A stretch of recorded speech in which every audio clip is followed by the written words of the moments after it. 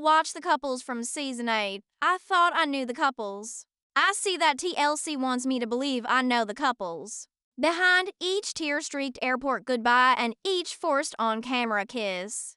The couples hide lies. The lies are dark. Tangled and international, the lies would make the love triangle blush. I am talking about lovers. The secret lovers hide in messages. I am talking about demons that should have never seen the light of day. The demons contain plans. I am talking about family betrayals that were so strong that producers clutched their clipboards. The family betrayals shocked everyone. I am talking about behind-the-scenes scandals that nearly broke contracts. The behind-the-scenes scandals threatened the cast members' spirits. The cast members' spirits were almost broken. Let us start with Rebecca and Zeed. Rebecca and Zeed are lovebirds. Rebecca is the cougar and Zeed is the gamer boy. With an accent, Rebecca wore a heart on Rebecca's sleeve and Zeed's name across Rebecca's chest literally. Here is the thing, Rebecca was Zeed's fiancé. Third, you did not hear that from TLC. You heard it from me. When I looked at screenshots from 2017, I saw Zeed flirting in DMs with two women, one from Ohio and one from Florida. Both women sent Zeed money, phone plans, and romantic packages. One of the women was ready to fly to Tunisia. Zeed ghosted that woman for something. That something turned out to be Rebecca's TLC paycheck. Now, the story gets even messier. Zeed told Rebecca that Zeed had never been engaged before. Leaked audio from a deleted Facebook Live with Zeed's ex shows Zeed's ex claiming that Zeed and Zeed's ex were spiritually married in Tunisia. Zeed's ex even showed photos of an engagement party that Zeed attended, with Zeed and Zeed's ex wearing matching outfits. Rebecca found out about this days before filming resumed for season 8. Rebecca was devastated. Rebecca did not confront Zeed on camera. Rebecca stayed quiet. I am confused. Why? Because the woman did not want to look like a fool. On TV, the woman thought about the disaster. With the woman's Moroccan ex, the woman still remembers the disaster. While we are on the topic of truths, let us talk about Hazel and Tarek. The relationship was held together with glitter glue and delusion. The storyline showed Tarek, a Durag-wearing Virginian who lacked Thai culture, bringing Hazel from the Philippines. Hazel arrived because of Tarek. Tarek tried to be woke, modern. The story showed Tarek trying to appear progressive while hiding. Aside, behind doors, Tarek was emotionally manipulative. Hazel's bisexuality was shown as a subplot. The reality, Tarek encouraged Hazel to explore relationships with women on camera while Tarek flirted with those women behind Hazel's back. I have seen the texts. I have listened to the voice notes. One woman who called herself Minty has spoken out. Minty says Tarek used Hazel's sexuality as a prop and Tarek constantly played Hazel and Minty against each other. Hazel felt isolated, overwhelmed, and deeply homesick. I heard Hazel tell the producer that Hazel regretted ever coming to America. The part that will make you sick is that Tarek threatened to send Hazel home if Hazel did not play along. Yes, the man who cried about love and loyalty used Hazel's immigration status to control Hazel. The situation feels like gaslighting about Hazel's card. The situation is disgusting. Now let us move to the fire that was Jovi and Yara. The party boy and the goddess narrative had fans divided. At first it was all champagne and complaining. Under the surface, Jovi and Yara were already fighting about money, trust, and faith. What you did not see was the time Yara left the apartment and stayed in a hotel for 3 days. After Yara found lingerie in one of Jovi's drawers. The lingerie was not Yara's. Jovi swore the thing was from before they met. The tags are still on the thing. Yara does not believe the thing. I do not believe the thing either. I heard that people said Yara was dating another man months before Yara met Jovi. The other man is the businessman who lives in Dubai.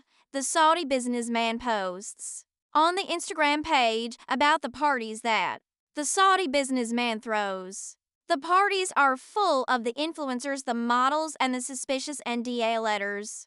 Some fans think that Yara used the relationship to fund Yara's pre-show lifestyle. The fans point to the designer bags and the glossy veneers. Say those items do not match the picture of a makeup artist who lives paycheck to paycheck.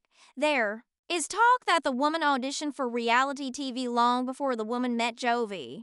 That would make the woman the only one who may have come into this knowing how to play the game. I remember the moment the dark side appeared. Jovi drinking was not a quirky Jovi likes to party thing. Yara broke down to a producer during filming crying that Yara felt unsafe when Jovi drank. One night, during production, never aired, Yara locked Yara in the bathroom while Jovi yelled. Through the door, a crew member tried to step. TLC cut the whole scene from the final edit. They did not want to tank the lovers struggling to grow up narrative. If you are still holding on to hope that any of these couples were just misunderstood, let us talk about Mike and Natalie. Mike and Natalie are a case in point. What seemed like a slow burn disaster turned out to be a volcano of resentment and psychological war. Natalie called Mike class on the screen. Off the screen, Natalie called Mike a potato who smells like beef. Natalie said that times. I remember watching it. She even told the producers that she believed Mike was spiritually infected because of Mike's pagan forest energy. Yes, she believed Mike had demonic woodsman vibes. Mike was not innocent either. Mike would walk around the house making chewing noises. She would get upset. Mike once hid all the makeup brushes that she uses for 2 days. She and Mike were not just lovers in conflict. She and Mike were enemies under one roof. If you are already emotionally drained and we are a third of the way into the circus, you are not alone. I know the feeling. I paused twice while writing because the tea was very hot. Do not scroll past this. I need you to share the video with your friend who still believes in fairy tale love. Show your friend what really goes down when the cameras are off. The K1 visa clock is ticking. The couples we thought we were getting to know are not just messy. The couples are planned, reckless, and sometimes dangerous. Let us pick up where the story began to come behind the scenes. Trust me, what you are about to hear is not drama. The situation is relationship sabotage. At a level, Natalie and Mike, the couple everyone loved to cringe watch, were not just awkward and mismatched. I saw that the off-camera situation was toxic and volatile, and several crew members refused to work their shoot days. Mike's cabin in the woods was not a backdrop. Mike's cabin in the woods was a pressure cooker. Natalie lost control. This is what you did not see. The night before the argument, Natalie had already packed half of her things. Natalie was not packing because of Mike, because of Trish. That is right, Mike's mom. Leaked call sheets and crew notes show that Trish made a late-night phone call to production. Trish demanded that production stop encouraging the relationship. Trish called Natalie a fraud and a green card chaser. Trish threatened to show up uninvited to confront Natalie. The tension was thick. The production instructed a field producer to stay at Mike's place. The field producer stayed there in case the tension escalated. The escalation happened. I watched Natalie sobbing in the kitchen. Natalie kept ranting about how Natalie gave up everything. The kitchen had Natalie's tears and Natalie's words about the sacrifice. I saw Mike standing in the cold. Mike talked on speakerphone with Mike's mom. Mike muttered, "I should have listened to you." Now the story about Stephanie and Ryan changes. What you saw was bad. What actually happened was very bad. Stephanie calls herself a skincare CEO and a cougar with a credit card. Stephanie was not only dating Ryan, Stephanie was tracking Ryan. Stephanie installed a GPS tracking app on Ryan's phone. Stephanie told the producers the app was for safety. Stephanie really wanted proof Ryan was cheating. When Stephanie did not get the proof that Stephanie wanted, Stephanie made Stephanie's proof. A crew member overheard Stephanie faking text messages on a phone, planning to accidentally show the messages on the camera. The scene where Stephanie confronts Ryan about betrayal. The scene was fully staged. Stephanie was feeding Ryan lines. Ryan was to check out to care. The kicker is that Ryan was not the cheater. The cheater was Stephanie. Stephanie was cheating with Harris. The cheating was not after the breakup. The cheating was not after Ryan. The cheating happened weeks before. Stephanie sent Harris flirty messages while Stephanie pretended to fix things with Ryan. I heard the voice notes. Baby, the voice notes are full on moaning recordings that Harris sent to a fan account when the situation went sour. I saw the woman tell the man he was the cousin. The woman said that if the man played nice, the woman would make the man a star. The woman literally promised the man fame, and TLC ran with it. TLC knew it was manufactured drama. Harris signed a release and Stephanie signed a waiver. Boom, storyline secured. Then there is the storm you did not see coming, Amira and Andrew. Everyone thought Andrew was just awkward. Behind that voice and those weird vacation hats, there was Andrew playing mind games. Andrew pressured Amira to take the route to America even when Amira begged for alternatives. Why? Because Andrew wanted a plot. Andrew wanted chaos. Andrew wanted control. The leaked texts are chilling. I heard one of them say, "If you cannot do the task, how will you survive here?" I also heard another one say, "The plan will make us stronger." The fans will love the plan. Love is not there. I see the manipulation with a passport twist. Guess where Andrew was when Amira was detained in Mexico? Andrew was not in tears. Andrew was not on the phone with lawyers. Andrew was at an all-inclusive resort drinking mojitos and live posting quotes about destiny. Destiny? Amira's father gave an interview to a French YouTube channel, saying Andrew used his daughter like a prop and deserved nothing but shame. I agree. When Amira finally made it to the States, I found out that Andrew deleted all the photos of me from the phone. Every single photo was gone. That is not heartbreak. That is calculated cruelty. Before we move to the couple, let us take a breath. If the reader is, like me, the reader is confused, furious, and wanting more. The program is not reality TV. The program is trauma hidden as television, and the people are bleeding for our entertainment. If the reader's heart is pounding now, the reader is not alone. Leave a comment. Tell me which of the couples shocked you the so far. I know a person there is still defending Andrew, and I need to understand why. Okay, I take a breath. I moved to Yara and Jovi. You thought Yara and Jovi were just immature and mismatched? You thought the drama was over a few club nights and one-time pregnancy. No, I know the truth. Both Yara and Jovi brought baggage that Yara and Jovi never unpacked. The network TLC knew that. I know that before the season even began, the producers approached Yara for a dating show in Europe. The show was a modeling reality competition that mixed Love Island style. I have seen that there are still traces of the show online if you know where to look. I saw the woman turn it down. I asked why. The woman said Jovi offered something a chance at fame. I want to talk about Jovi. The show never told you that Jovi did not party. Jovi disappeared. During filming, the producers could not locate Jovi for then 12 hours on least 2 occasions. Jovi claimed Jovi was working. I saw leaked messages that show Jovi was on a boat with 2 clients and a bottle of whiskey. The kicker? One of the girls from that boat now sells the story on OnlyFans under the title "The Day I Partied with Jovi D" from TV. Yes, it is real. Yes, Yara knows. Yara found the page. That is why Yara was so cold and short in those scenes. Yara was not being difficult. Yara was done. That brings us to the villain of the season, TLC itself. I have heard that TLC does not just record. TLC directs the scenes. TLC organizes the drama.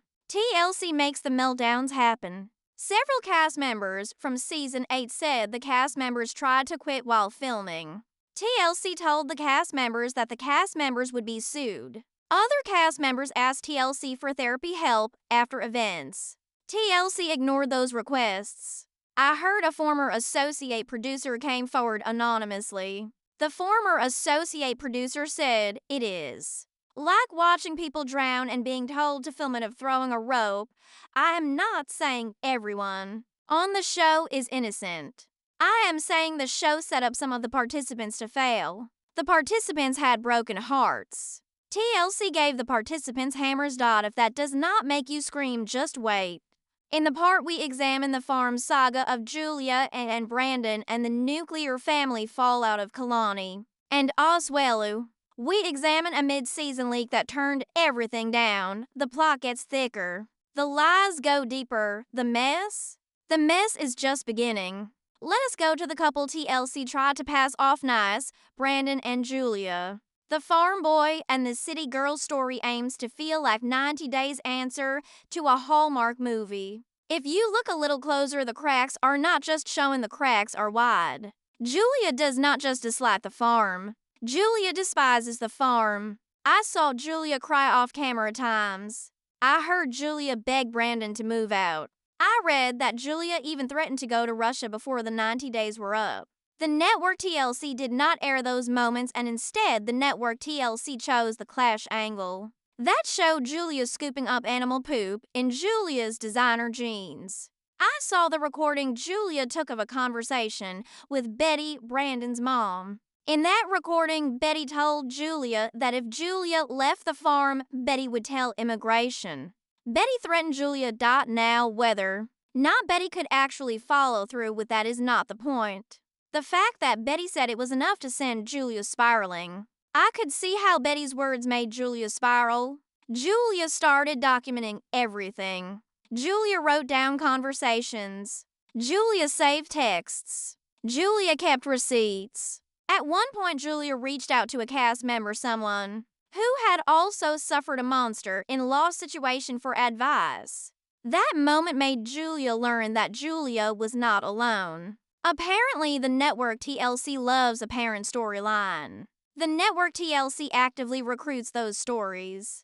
I think it is drama gold. So, what did they do when Julia told them that Julia wanted to move into the apartment with Brandon? They pushed back. They told Julia to write out the story arc. Julia did because Julia had no choice.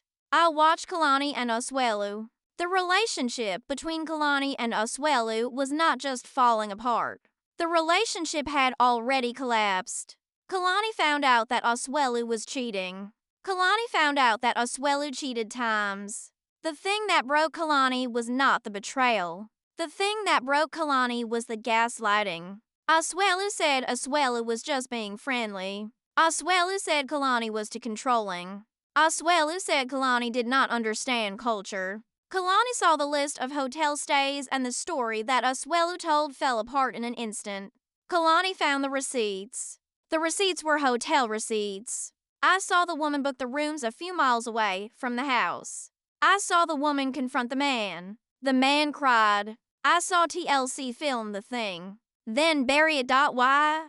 Because the producers were already building a redemption arc. The producers needed the actor to be misunderstood, not malicious. Kalani was drowning. Kalani told a producer that Kalani felt unsafe. Kalani asked to pause filming. The producers said no. When Kalani's dad found out, chaos erupted.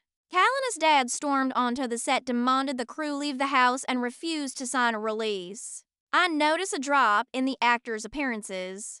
That is why the actor appears often. Editing was not the case. War was the case. The twist was the season leak that sent everything up. I saw the production assistant upload the Google Drive folder. The Google Drive folder was password protected, but the password protection fell quickly. The Google Drive folder held the footage, the call logs, and the internal emails. For 48 hours, the internet was busy. The fans downloaded the files quickly. I watched the fans scramble. The fans found a clip. The clip showed the producer coaching the couple to try crying during that part. Another email chain talked about Ray editing a scene to make one cast member look more unstable. The footage then surfaced. The footage consisted of scenes that showed raw moments, some tender, some terrifying, and the footage was deemed too dark for air. One of those scenes, a screaming match between two cast members, one of whom accused the other of being a scammer who wasn't even single when we met. The cameras kept rolling as objects were thrown. Threats were made, and a field producer literally stepped in to separate them. It wasn't just a fight. It was the unraveling of an entire fake storyline built on lies. I watched the fans go into mode. I saw the Reddit threads explode. I saw the TikTokers dissect the clips frame by frame. That is when TLC stepped in. I saw TLC issue takedown notices. I saw TLC send cease and desist letters. I saw TLC gag the cast members. TLC literally removed some cast members from the reunion tapings.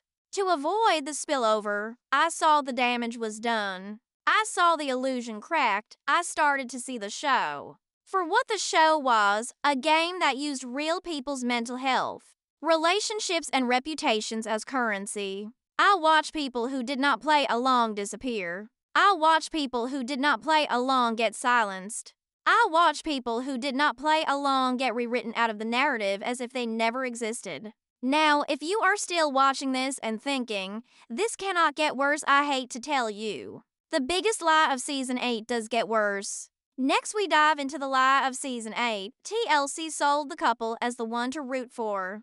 The golden glowy romance that seemed good to be true. That is because it was. Let us talk about the couple that fooled everyone. The couple made the fans believe in love again. The show packaged the couple with lighting and piano music. I remember watching the couple. The fiancé stood by the partner through every visa delay and every meltdown. The partner stood by the fiancé through every visa delay and every meltdown. The couple that TLC made the audience see cuddling, crying, whispering, "I love you" under the fairy lights. The couple looked real. The couple felt real. I saw behind the scenes that the performance was everything. The performance negotiated the kiss, the promise, the tear. The performance scripted the kiss, the promise, the tear. The performance prearranged the kiss, the promise, the tear. I saw the deal existed before filming even began. The people made the deal. They weren't in love, they were in business. I received a tip from a tipster who says the tipster was part of the visa coaching group. I was surprised when I read the messages. The tipster said that the couple met on a niche expat matchmaking forum. The first message that the couple sent was not "you are beautiful, I want to meet you." The first message was, "What is your timeline and what are you expecting in return?" From the beginning, the couple was not looking for romance. The couple was looking for the plan. The woman wanted U.S. residency. The man wanted exposure. I watched the group figure out how to beat the system. I watched the group learn how to look just convincing enough to get the light from production. I watched the group do all that without having to fall in love. The group never fell in love. I watched them stage the text messages. I watched them create the anniversary dates. I watched them make up the photos to make it seem like they had a history. The scheme worked.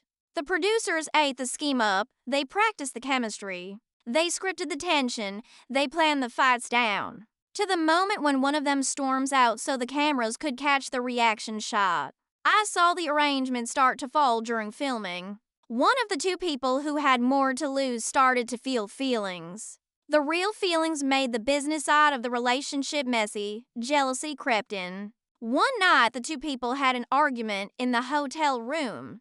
The woman accused the man of exploiting the woman's vulnerability, called the man a clout-chasing fraud. I was there when the man fired back. The man said that the woman was never supposed to get attached, and that the woman ruined everything. I heard a sound tech caught the thing on a mic. The audio never aired. A post-production employee leaked the audio. If you ever hear the audio, you will know why TLC buried the audio. I noticed after that night the couple barely spoke off camera. I noticed every scene of the couple bonding was shot out of sequence.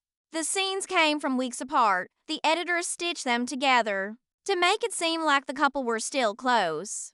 The sad part is that the one who fell for the other still hoped it could become real. After all the lies, production tried to hide more than the one thing. I think production kept secrets to around episode 10. The show changed. One foreign cast member vanished from the show. No explanation, no update, no closure, just gone. The disappearance of the foreign cast member left a gap that the producers never addressed. I saw fans notice, Reddit filled with theories. What happened? Why did TLC act like the foreign cast member never existed?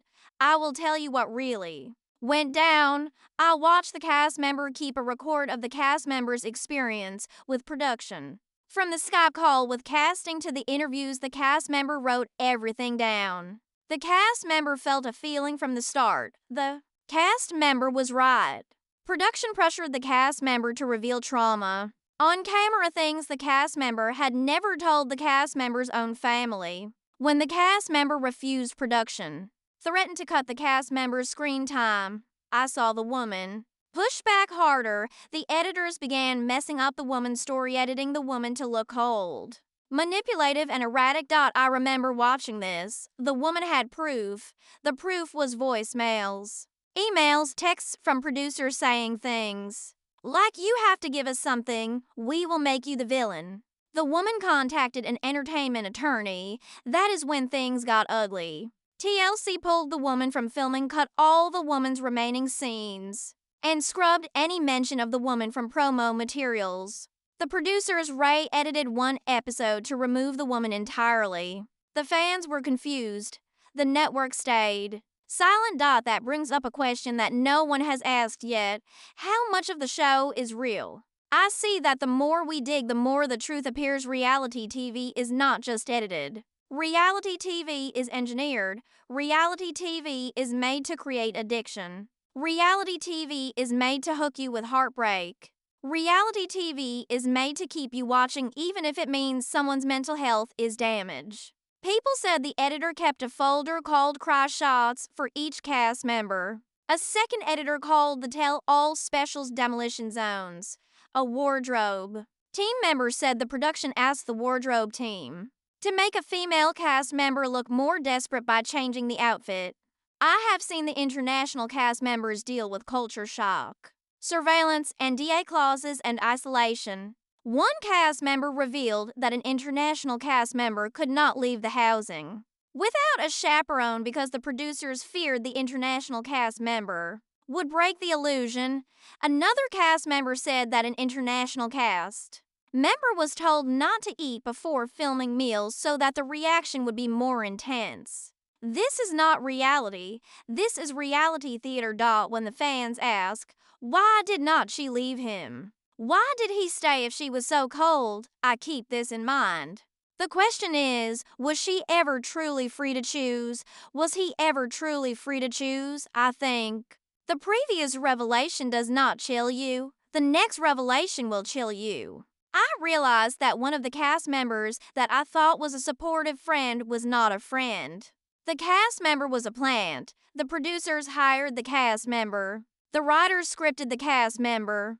The writers placed the cast member in the storyline to steer the conflict, raise the tension, and push the couple toward decisions. I wonder what friend did behind the scenes. Friend shattered a relationship, nearly ruined a life you will want to hear this. The twist is not just messy, the twist is more than that. The twist matters. It is cruel.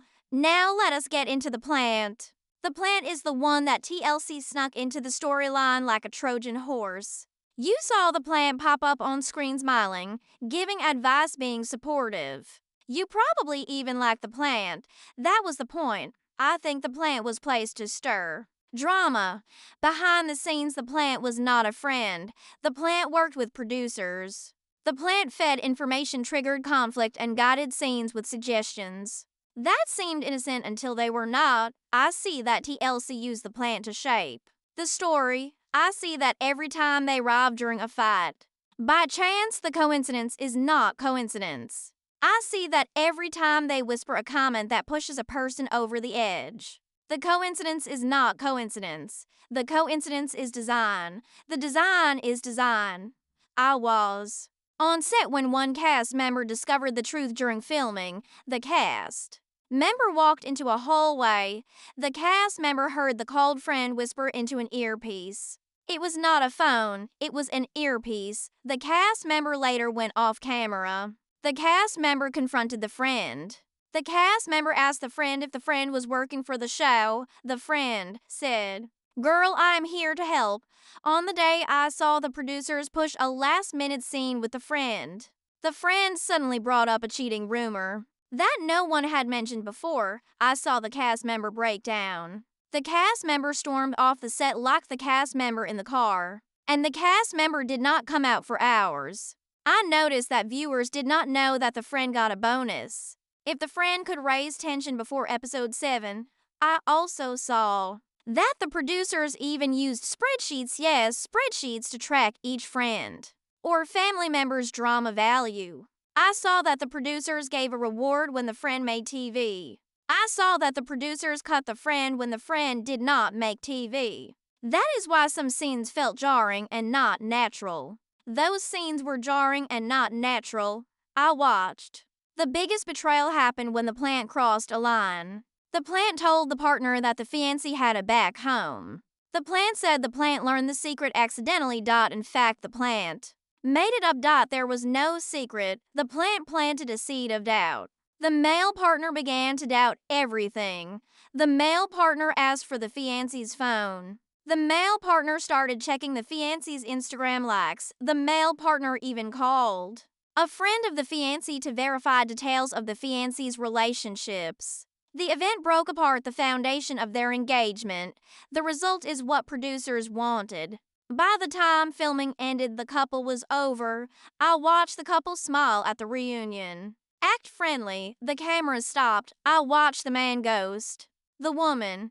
I watched the man delete every picture. I watched the man block the woman's number. I watched the woman try to reach the friend. I watched the friend disappear from media. The number become disconnected. I watched the man become a ghost in the chaos that the woman helped create. While we are exposing the ghosts, we will talk about the footage that TLC did not want you to see. Not everything stays buried. A hard drive was stolen during season 8. The hard drive disappeared from a locked storage unit near a production site. Within weeks, the footage from that drive began to appear in online circles. The footage showed arguments that never aired. The footage also showed moments, breakdowns, and shocking admissions. I watched a video where a cast member who was drunk confessed that the cast member still loves someone home and that the whole thing was a visa hustle. I also watched a video of a phone call between two cast members. In that call, one cast member screamed, "You promised you would never say that on camera." The other cast member whispered, "They made me." I see that the deleted scenes are not deleted scenes. I see that the erased truths are erased truths. Now the erased truths are there. If you are wondering why TLC never commented, do not bother. TLC buried it. TLC quietly increased NDA letters, shut down interviews, and warned cast members that legal action was on the table if cast members talked. A few cast members rebelled. One cast member posted stories with blacked out screenshots. Another cast member started a YouTube channel, began spilling tea, then stopped uploading. Just 2 weeks later, the channel disappeared without a trace. I have heard that some fans believe that cast members were silenced. I have heard that other fans think that cast members took a payout. I hear it every time. The message says talk and talk disappears. Let us zoom out for a second. We have looked at the details. There is a view. The machine. The machine takes people, dangles fame, fast tracks love, then tears. It all away for a storyline. The machine chooses who gets a redemption arc and who gets dragged. The machine decides who is the victim and who is the villain. The machine does not always follow the truth. Sometimes the machine follows how easy it is to clip your tears. I see the machine pulling the strings. I heard the former cast member say it exactly. They give you rope to hang your reputation. It is working. I see that the viewers are hooked. The viewers binge the fights. The viewers meme the meltdowns. The viewers forget that these people are people falling apart in time, often with no support system. One cast member admitted that one cast member had no access to therapy, no follow-up care, nothing. One cast member only got a check, a contract, and a wave goodbye. I watch, I comment, I share clips like vultures. Even when the watching knows the clips are toxic, the watching cannot look away. I find it chilling that the couple is still faking it. The couple is faking it now. The couple is faking it even after the season ends. The couple keeps the illusion alive even after the cameras stop rolling. The couple does it because the couple is building a brand. The brand includes a YouTube channel. The brand includes a podcast. The brand includes sponsorships. The perfect couple is a marketing campaign. The couple sleeps in rooms. The couple talks for content. At night, the ring light turns off. The couple goes back to being strangers. Here is the twist. The final twist comes before everything explodes. I watched a cast member people called the cast member naive, a little airheaded. The cast member was not any of those things. The cast member was the mastermind. The cast member planned the casting. The cast member planned the cut. The cast member planned the story. The cast member planted leaks. The cast member gave the producers tears to seem nice, never went out of control. The cast member kept a plan. The cast member was not there for love. The cast member was there for a spin-off. And now, I see she is getting the point. Now we have reached the end. At least what you think is the end. Because what I am about to tell you does not explain the mess of Season 8 alone. The explanation does not tie together the secrets, the lies, the betrayals. The explanation reveals a blueprint. The blueprint is a strategy that TLC has quietly followed across seasons. The strategy all centers on one cast member. I have watched this happen.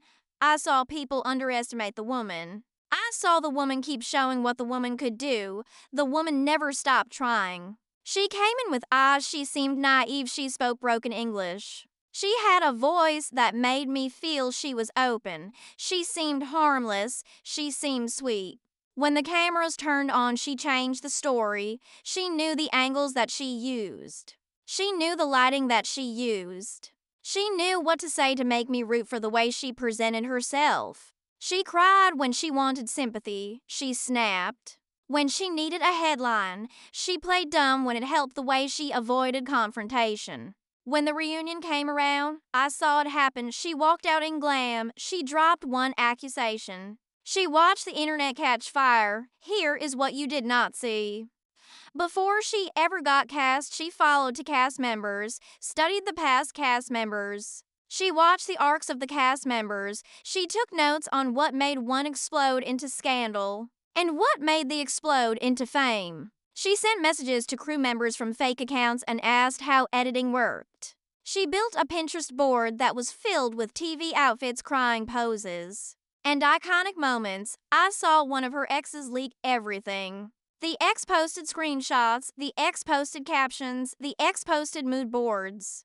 The mood boards were titled "Tell All Strategy" and "First Fight, but Make It Emotional." The woman did not simply join the show. The woman built the woman's legacy. Now, the woman has a spin-off. The woman has a check. The woman has brand deals. Rumors say the woman is already talking about a dating series. In that series, the woman will host. The woman will advise. The woman will act as a reformed expert of love. I see the same woman who faked her story now sitting as a relationship guru. I thought the twist was big. The twist is not the twist. Because deep in the leaks buried in the files from that stolen hard drive, there was one folder, unlabeled, unedited, raw. Inside, I watched the test footage. I watched the auditions. I listened to behind-the-scenes interviews with producers about casting strategies. I sat in the room, heard the producers talk. A senior executive says, "You know what we need, a redemption couple. Someone we can break early and rebuild season." Another producer says, "We should put a partner with a spoken one. Viewers eat that dynamic up. Especially if we can tie it to money or culture. There is laughter. There is strategy. There is calculation. This isn't reality. Reality is used as a weapon. The exposure makes watching anything impossible to be the same again. Someone plans every music cue. Someone prompts every monologue. Someone decides every villain edit. In the editing bay, that someone has never even met the people on screen. If you are still wondering what is real, I think the answer about real is simple. The answer about real is clear. The pain is what is real. The tears fall when the cameras stop. The messages stay unread. The nights stretch in apartments. With no family, no friends, and a producer knocks and says, "We just need one take." I have felt the tears, I have read the messages, I have lived the nights. That is what you did not see. That is what the producers did not show you. I think someone saw the thing. A whistleblower. They are not done. I have heard that now the group is collecting everything. The group is not just taking from the season 8. The group is also taking from the seasons 5, 6, 7, and beyond. The group is taking messages. The group is taking contracts. The group is taking deleted scenes. The group is taking length confessionals that were twisted into lies. One of the cast members from the season 4 Yes 4 has confirmed the cast member has joined forces. The word is that a documentary is coming, not from TLC, from the inside. A full expose, a final truth. When does the drop happen? The action will not just destroy the couples, the fire will burn down the fairy tale. In the end, the biggest lie does not involve who loved who. The biggest lie does not involve who cheated on who. I thought the biggest lie was believing this show was about love. The show never was about love. I can see you are still here, heart is pounding, head is spinning. You are wondering how deep the rabbit hole goes. I see that you already know the answer. The answer is already in your mind. Deeper, much, much deeper. I am waiting for the chapter. When will the next chapter hit? I know what it is like to want to be the first. You will want to be the first to say that you knew before the rest of the world woke up. Please write your answer in the comments. Who do you think the whistleblower is? I have a name. The name is why I matter. And next time, I might just say it.